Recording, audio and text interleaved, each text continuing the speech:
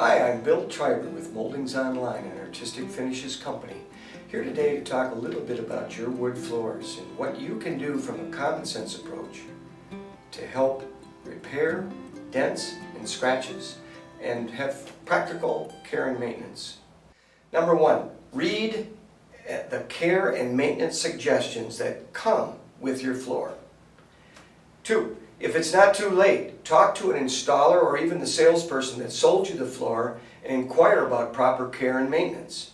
Have the proper cleaning kit. So many times the manufacturer will make that recommendation for you.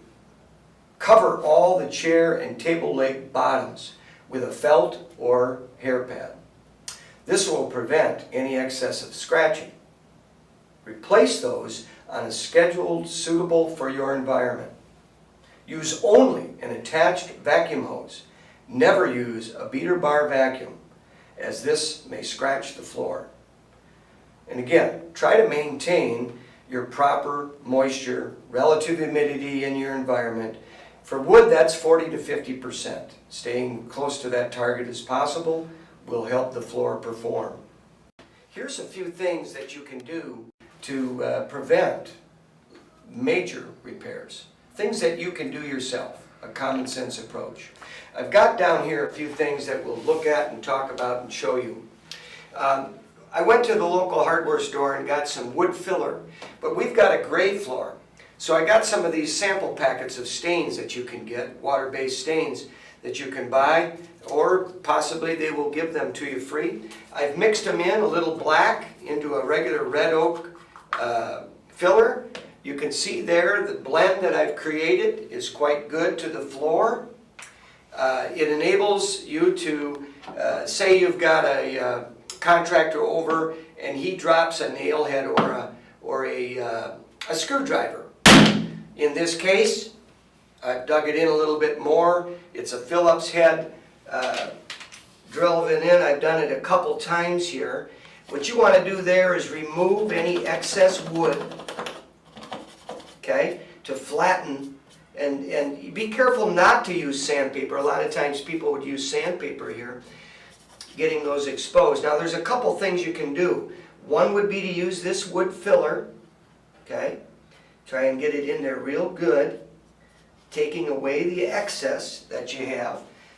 You may want to use a little damp paper towel to do that, okay. We can later touch that up with even a little darker marker if you want. The other method is to take a filler stick, which is much like a crayon. These are also available at most of your hardware stores, and you can get that in there, okay. Now these take about 3 days to cure, where this will take just a few hours to cure. The fillers taking only a few hours. And then once that's in again there, you want to take your damp paper towel or cloth and get rid of the excess as well, as much as you can.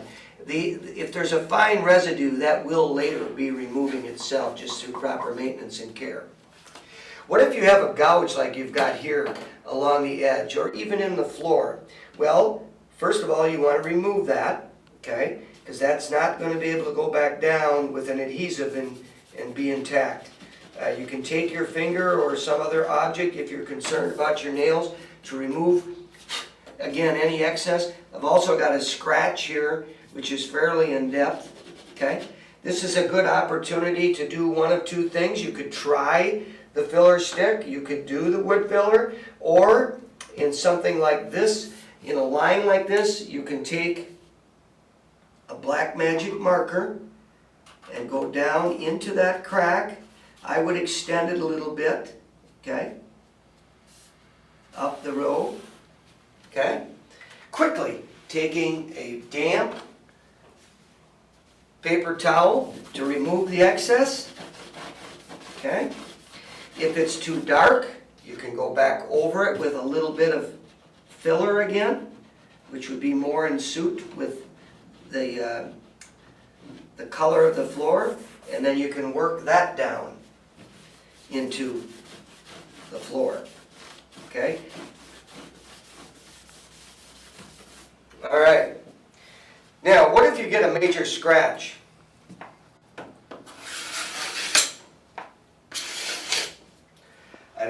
you can see that. I'm hoping you can. It's pretty aggressive with a scissors.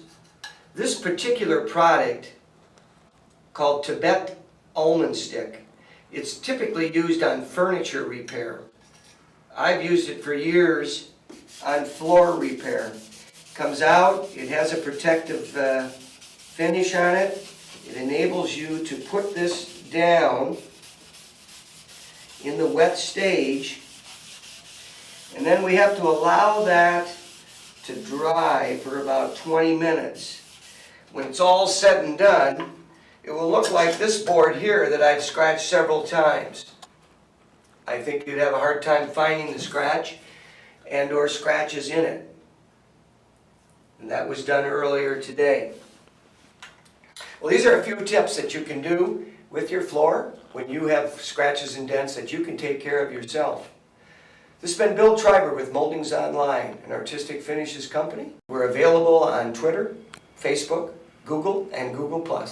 Thanks and have a great day.